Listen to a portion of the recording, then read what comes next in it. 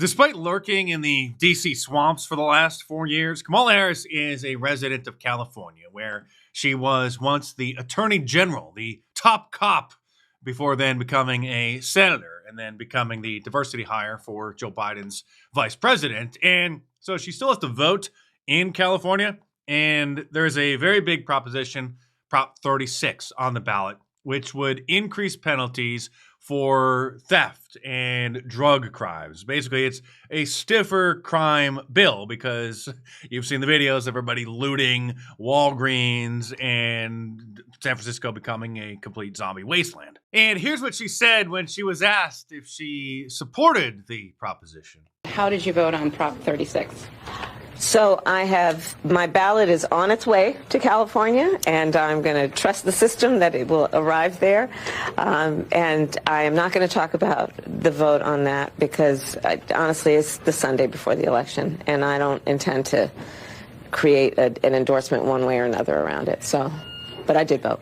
This creature wants to be the president of the United States, the commander-in-chief, the most powerful person in the world, and she couldn't take a position on whether or not there should be stiffer penalties for crime in her home state of California. Meanwhile, on the other side of the country in Boston, there is a prankster who is making Democrats who put Harris Walls signs in their front yard feel very uncomfortable about their decision.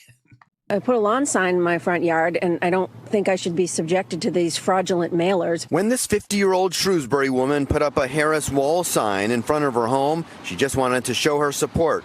She never imagined she would be subjected to a campaign dirty trick. It really creeped me out. She was dismayed when the mail arrived this week and she received this postcard. It purports to be from the Harris campaign, thanking her for putting up a sign and alerting her a family from Nicaragua would be moving into her home. That's when I realized it was an obvious attempt to try to either scare me or rage bait me and make me upset. It's absolutely a scare tactic. Well, whoever did this is absolutely brilliant. This is another reason why we need to vote for Donald Trump tomorrow, and he needs to win, because if Kamala wins, or is declared the winner, if we can't overcome the margin of fraud, then this person will most likely be tracked down and indicted for some bogus charge of harassment, just like Douglas Mackey was, who posted a meme in 2016, and then 5 years later, as soon as old Joe took over, when he was sworn in at the end of January in 2021, then the Biden Justice Department, one of the first things they did was track him down and arrest him. We're approaching the final few hours before Election Day, and so Kamala is continuing her synthetic campaign, repeating the basic same exact speech at all of her stops. Are you ready to make your voices heard? Do we believe in freedom? Do we believe in opportunity? Do we believe in the promise of America? And notice, she's not sharing the stage with old Joe. They're keeping old Joe in a timeout because every time they allow him in front of cameras now, he says something like this. But I'm serious. These are the kind of guys you like to smack in the ass. He's talking about us. So first he calls us garbage. Now he wants to smack us on the behind. And Kamala's husband, Doug Emhoff, who's such a sissy boy that Kamala didn't even take his last name, is confused about why so many actual men like Donald Trump. What I talk to young men about who might be taken by the, fun side of Donald Trump, such as it is, the dancing, the going to the wrestling matches, going on the podcasts, and wrestling matches. They're called UFC fights. Okay. I don't think Donald Trump has been to a wrestling match in 15 years. They can't comprehend that not only is Donald Trump a regular guest at the UFC fights, but he is escorted out to his seat by Dana White, the owner of the UFC, and is welcomed with a astounding applause every single time. But please, whatever your pronouns are, continue to tell us how confused you are about the the normal gender roles, the biological reality of the human condition. so what I'm trying to implore young men in particular do the research. He's not your friend.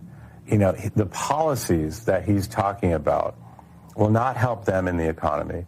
The policies that he's talking about have nothing to do with them.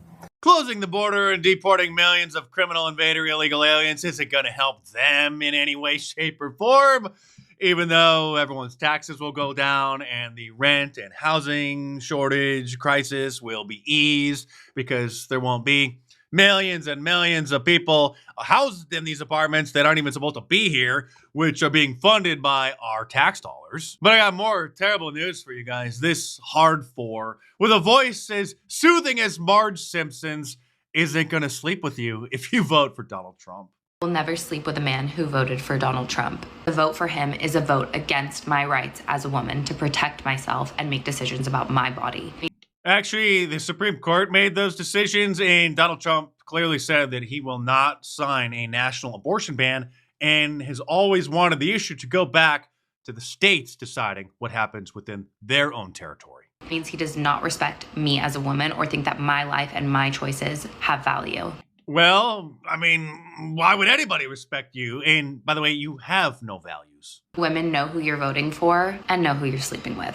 Actor Jason Bateman's Trump derangement syndrome got so bad, he felt that he had to sell his Tesla because, well, I'll just let him explain. I'm so excited that every single car brand now has a fully electric car. And you know, I don't want to throw undue shade towards Mr. Musk, but I got to tell you, his politics is, I got rid of my Tesla. I feel like I'm driving around a Trump sticker with that car. So it's gone.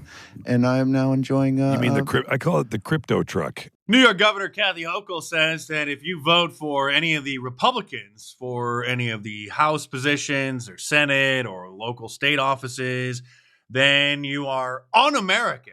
It gave me a chance to tie the Republicans running these seats, the incumbents, closer to Donald Trump and remind everybody, if you're voting for these Republicans in New York, you are voting for someone who supports Donald Trump, and you're anti-woman, you're anti-abortion, and basically you're anti-American because you have just trashed American values and what our country is all about over and over and over. We're the ones, they say, who are not supporting American values while they are literally trying to ban people's freedom of speech and take away the right to bear arms and take away the right to a trial by a jury and take away states' rights and basically repeal the entire Bill of Rights. And while Donald Trump is out on the campaign trail pitching his ideas about how to make America great again to the general public, the Democrats are continuing their synthetic campaign, and tonight they are having their big celebrity extravaganza.